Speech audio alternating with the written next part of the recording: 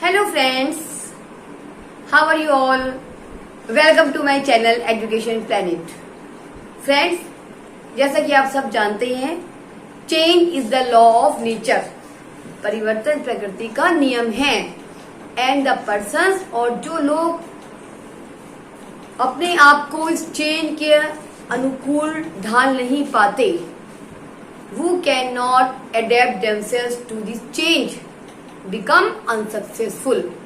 Unsuccessful हो जाते हैं और लाइफ की रेस को हार जाती है. And the persons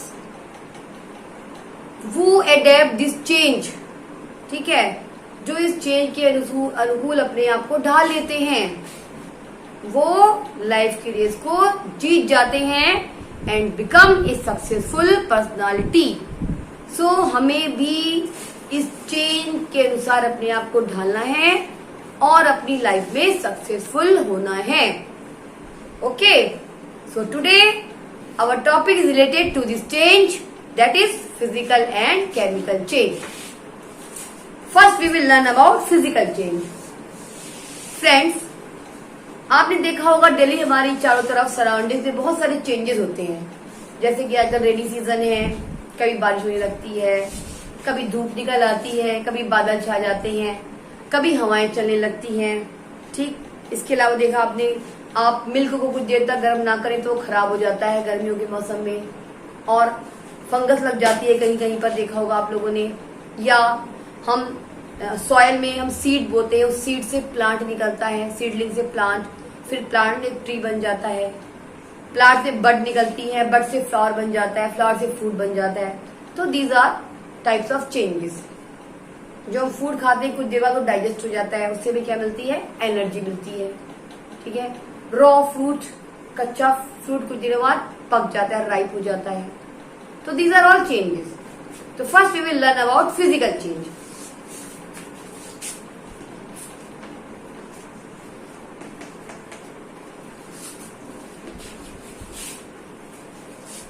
okay friends, substance की कुछ प्रॉपर्टीज को हम किसी भी सब्सटेंस को देखकर ही बता सकते हैं. जैसे कि चौक है, आप देखकर बता सकते हैं कि इसका शेप कैसा है, इसका साइज क्या है, इसका कलर क्या है, और इसकी स्टेट क्या है. स्टेट मतलब सॉलिड है, लिक्विड है या गैस है.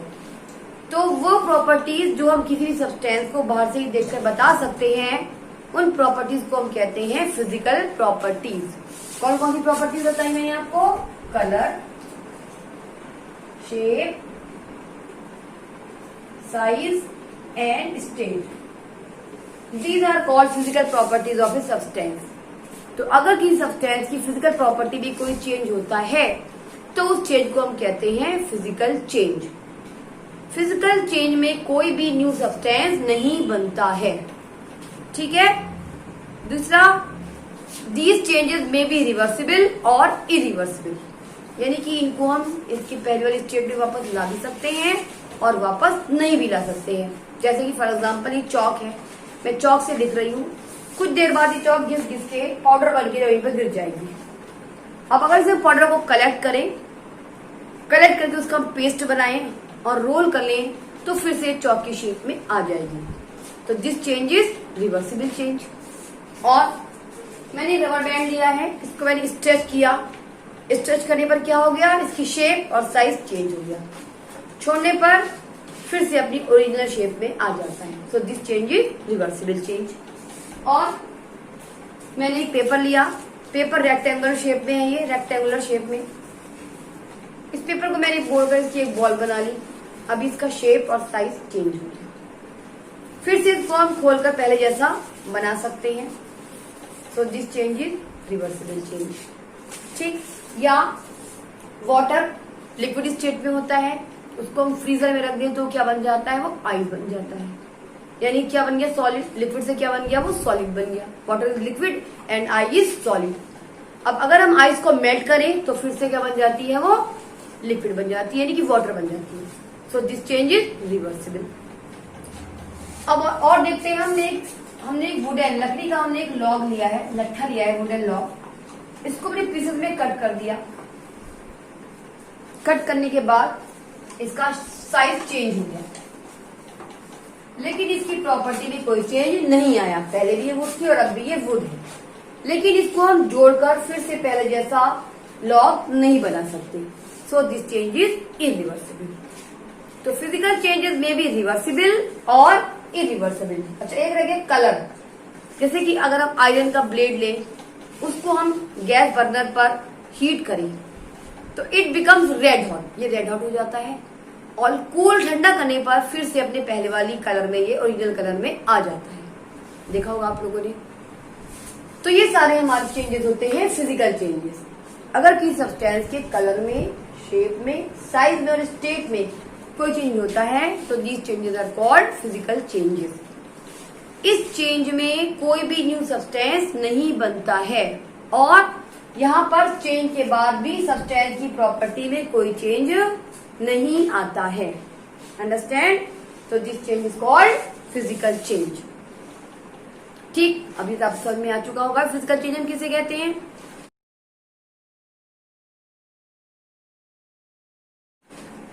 नेक्स्ट हम पढ़ते हैं केमिकल चेंज।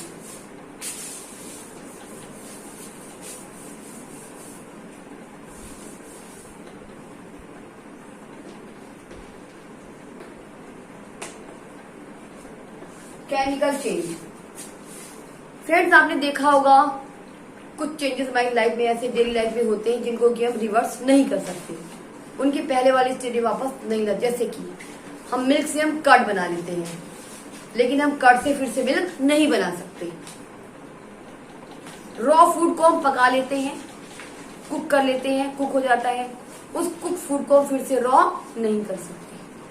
ठीक है, यहाँ पर दोनों की प्रॉपर्टी, रॉ फूड की प्रॉपर्टी अलग है और कुक फूड की प्रॉपर्टी अलग है।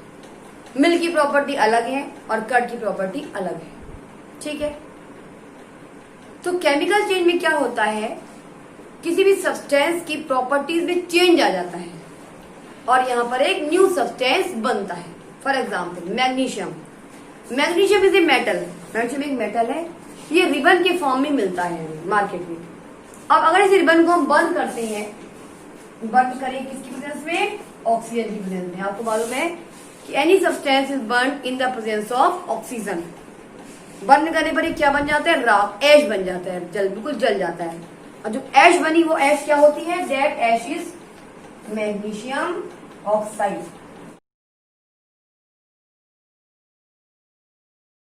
यहाँ पर मैग्नीशियम की प्रॉपर्टी अलग है और इसकी प्रॉपर्टी अलग है, यानी कि न्यू सब्सटेंस बन गया। So this is a chemical change. अब अगर इस मैग्नीशियम ऐश को वाटर में डिसॉल्व करें तो हमारा बन जाता है मैग्नीशियम हाइड्रोक्साइड। क्या बन गया? मैग्नीशियम हाइड्रोक्साइड, यानी कि ये न्यू सब्सटेंस बन गया। ये मैग्नीशियम ऑक्साइड था, ये हमारा क्या हाइड्रोक्साइड बन गया। अब अगर हम टेस्ट करते लिटमस पेपर से तो हम क्या देखते हैं? Magnesium hydroxide turns red litmus blue. So it is a base. हमारा क्या बन गया? बेस बन गया। यहाँ पर दोनों की प्रॉपर्टी क्या है? हमारी अलग अलग है। So this is a chemical change. इसके अलावा आप लोगों ने देखा होगा आयरन के आर्टिकल्स कुछ देर तक ओपन में रहते हैं, कुछ टाइम तक, लंबे समय तक, तो क्या होता है? उनके ऊपर ब्राउन कलर की एक लेयर जम जाती है जिसे हम कहते हैं रस्ट। ठीक है, रस्ट एक न्यू, आयरन अलग है और रस्ट एक न्यू सब्सटेंस है। ठीक है, आयरन तो यहाँ पर न्यू सब्सटेंस बन गया। So this is also a chemical change. इसके अलावा आप लोगों ने देखा होगा, एक एग्जाम्पल मैं आपको और देती हूँ।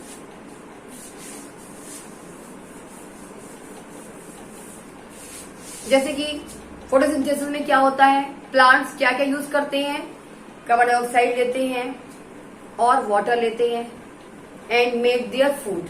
ठीक है, plants make their food with the help of carbon dioxide, water and sunlight. In the presence of sunlight, they make their food that is in the form of starch और ऑक्सीजन गैस बाहर निकलती है, यानी कि substance से हमारा new substance बन गया। CO2 और वाटर से हमारा क्या बन गया? स्टार्च बन गया। यहाँ पर दोनों की प्रॉपर्टी में क्या होता है? हमारा डिफरेंस है, तो इसको हम बोलते हैं केमिकल चेंज। इस चेंज को हम कभी भी वापस बैक रिवर्स नहीं कर सकते। ठीक, या एक एग्जाम्पल और देखिए, सबके घरों में होता है विनेगर, सिरका होता है सबके घरों में विनेगर। जब हम विनेगर में एसिड होता है एसिटिक एसिड, सबको मालूम है विनेगर में होता है एसिडिक एसिड। अगर विनेगर में हम मिक्स करें baking soda,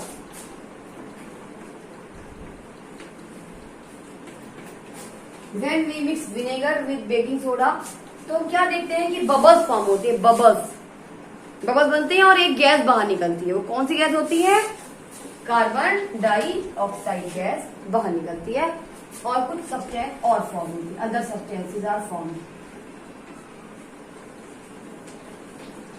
so this change is a chemical change, new substance बन गया।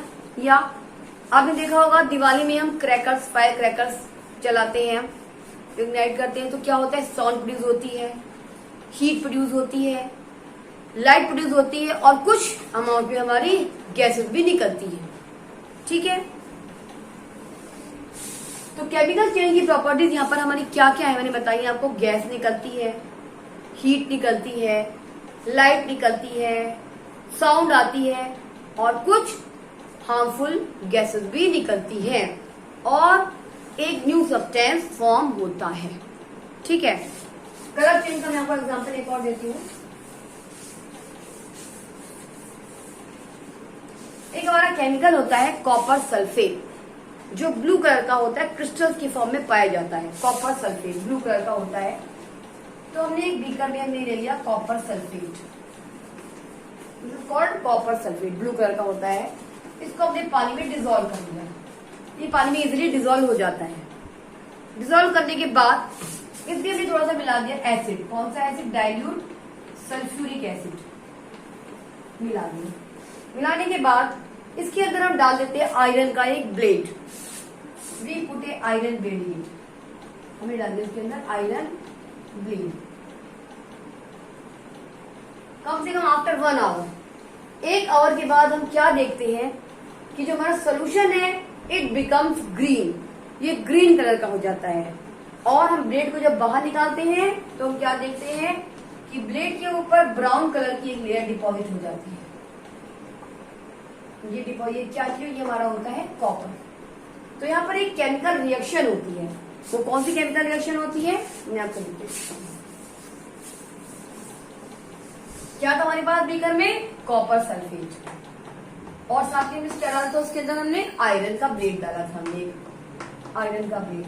तो copper sulphate reacts with iron and forms iron sulphate, जो कि ग्रीन कलर का होता है। इसका कलर कैसा होता है? ग्रीन होता है।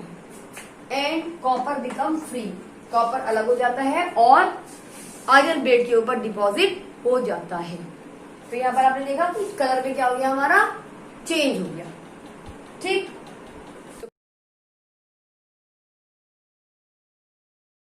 तो कलर में चेंज हो गया, गैस निकली, न्यू सब्सटेंस फॉर्म होता है, सॉल्ट प्रोड्यूस होती है, ये सब आपने देख लिया। इसके अलावा एक और दिखाती हूँ मैं आपको एक लाइम वाटर। सब लोग जानते हैं लाइम, चूना, लाइम जो घरों में लोग यूज करते हैं अपने व्हाइट वॉश करने के लिए, लाइम, उसको बोलते हैं कैल्शियम ऑक्साइड। ठीक है, this is lime, calcium oxide. इस लाइम को हम घोल लेते हैं पानी में। पानी में घोलने के बाद जो पानी होता है उसको हम ऊपर से अलग कर लेते हैं। घोलने के बाद चूना नीचे बैठ जाएगा, लेकिन जो पानी होगा उसको ऊपर से हम अलग कर लेते हैं। उस वाटर को हम कहते हैं लाइम वाटर। इसका फॉर्मूला होता है calcium hydroxide, it is lime water. ये हमारा क्या था? कैल्शियम ऑक्साइड, और ये हमारा क्या है? Calcium hydroxide. ठीक है, हम लेते हैं lime water, we take lime water.